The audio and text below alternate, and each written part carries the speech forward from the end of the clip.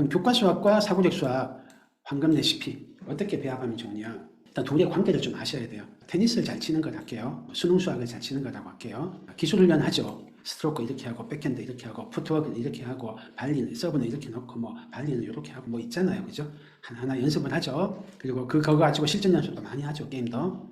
요게 교과 수학이에요. 근데 이것만 해서 테니스 잘 칠 수 있느냐? 어느 정도 늘죠. 그런데 당신은 지구력이 약해서 게임 후반전 가면 헬렐레 해요. 지구력 늘리는 운동 합시다. 그래서 뭐 러닝을 한다든지 유연성이 부족해서 이게 잘 안 돼요. 그래서 유연성 운동 한다든지 빨리빨리 못 움직여서 민첩성이 약해서 잘 안 돼요. 민첩성 운동 따로 합시다. 순발력 운동 따로 합시다. 근력이 약해서 이게 파워가 안 나와요. 스트로크에 근력 운동 합시다. 뭐 이런 것들 기초 체력 운동을 더 하면 좋잖아요. 그리고 정서 태도가 있어요. 아 테니스 재밌게 처음에 막 구박하면서 가르치면 테니스가 재밌을까요? 아니죠. 이렇게 성취감을 느낄 수 있도록 테니스를 가르칠까요? 좋은 테니스 쌤일수록 자신감 가질 수 있게 격려도 하실 거고 또 끈기 있게 어려워도 좀 끈기 있게 남아서 훈련 연습부터 하고 이런 거를 한다고 쳐요. 코치님한테 배운다 치면 빠따 안 맞으려고 하는 게 아니고 자기가 자발적으로 이제 최선을 다하려고 비디오 보고 연구하고 그렇게 최선을 다해요. 이런 기초 체력과 정서 태도를 개발하면은 테니스 잘 치는데 도움이 되잖아요. 요게 사고력 수학이에요. 일단 둘 간의 관계를 하셔야 됩니다. 그래서 이런 관계가 있다. 그럼 어떻게 하면 좋냐? 일단 교과 수학은 밥이에요.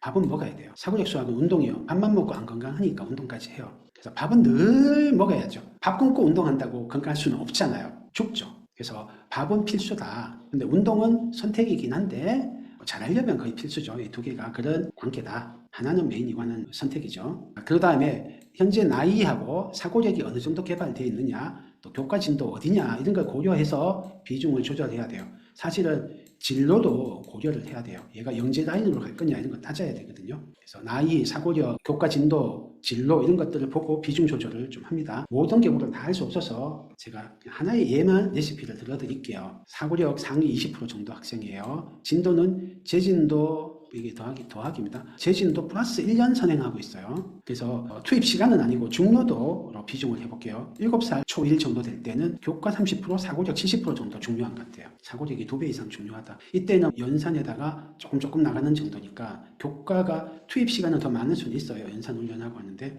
근데 이 학생의 수학 실력에서 더 중요한 건 사고력이고 이 시기가 사고력 개발하기 정말 좋은 시기거든요. 여유도 있고 머리도 말랑할 때라 초1, 2 되면은 조금씩 이 정도 상위권 학생이면 교과가 선행 나가기 시작하니까 교과 비중이 좀 올라가고 사고력 비중이 떨어지지만 여전히 아직은 사고력이 중요한 시기라고 생각돼요. 초2, 3 정도 되면은 사고력 교과가 한 반반이지 않을까. 어떤 분들은 초3 되면 사고력 그만두시는 경우들 있으시던데 저는 선행하더라도 사고력은 하시는 게 좋은 것 같아요. 상위권이라도. 완전히 상위 1% 영재 라인도 저희 학원에서는 사고력을 하라고 합니다. 중학교 과정 진도 나갈 때도 A급 수학 불가능 애들도 사고력 수학 하라고 권하고 효과가 있어요. 초3, 4를 넘어가면은 교과 비중이 더 올라갑니다. 이 정도면은 1년에서 2년 정도 이제 선행 진도가 나가기 시작했거든요. 그래서 좀 해야 돼요.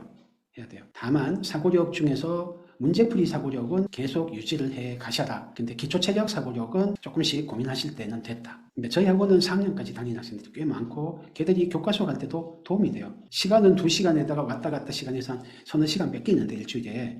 근데 수학을 재밌어하고 머리가 개발되니까 교과 심화 같은 거 할 때 확실히 더 쑥쑥 잘하니까 교과를 더 달려들어서 하니까 교과 수학 하는데도 이익인 거예요. 전에는 교과 수학을 밀어내던 애가 더 달려들어서 더 하는 거예요. 그러니까 부모님이 교과 수학 시키기도 더 편하다 하시는 경우 있어요. 저희 학원은 중간에 오는 애들 있거든요. 초3 때 이럴 때 걔들이 한 6개월 하다가 달라지는 게 교과 성적이 올라가요. 옛날 저희 학원이 갑자기 커진 이유가 옛날에 저희가 창업했을 무렵에는 초등학교도 중간 기말고사 있을 때인데요. 저희 학원 사고력만 다녔어요. 4학년 애들이. 근데 저희가 처음에 4명으로 시작했거든요. 확 오는 거예요. 저 혼자 수업 못할 정도로 몇 달 지나니까. 왜 오시냐 했더니 우리 사고력 들었던 애들이 조금 늘었는데 걔들이 사고력 2시간밖에 안 했는데 그전에는 수학을 싫어해서 수학 숙제를 억지로 잔소리해서 억지로 하던 애가 먼저 하고요. 학교 중간 기말고사 성적이 올라가는 거예요. 이건 뭐지? 달라진 건 요 사고력 수학 일주일에 2시간 보낸 것밖에 없는데 왜 중간 기말고사 성적이 확 올라가지? 그래서 왔었어요. 그래서 교과 수학에도 도움 되니까 좀 유지하셔라. 초4, 5,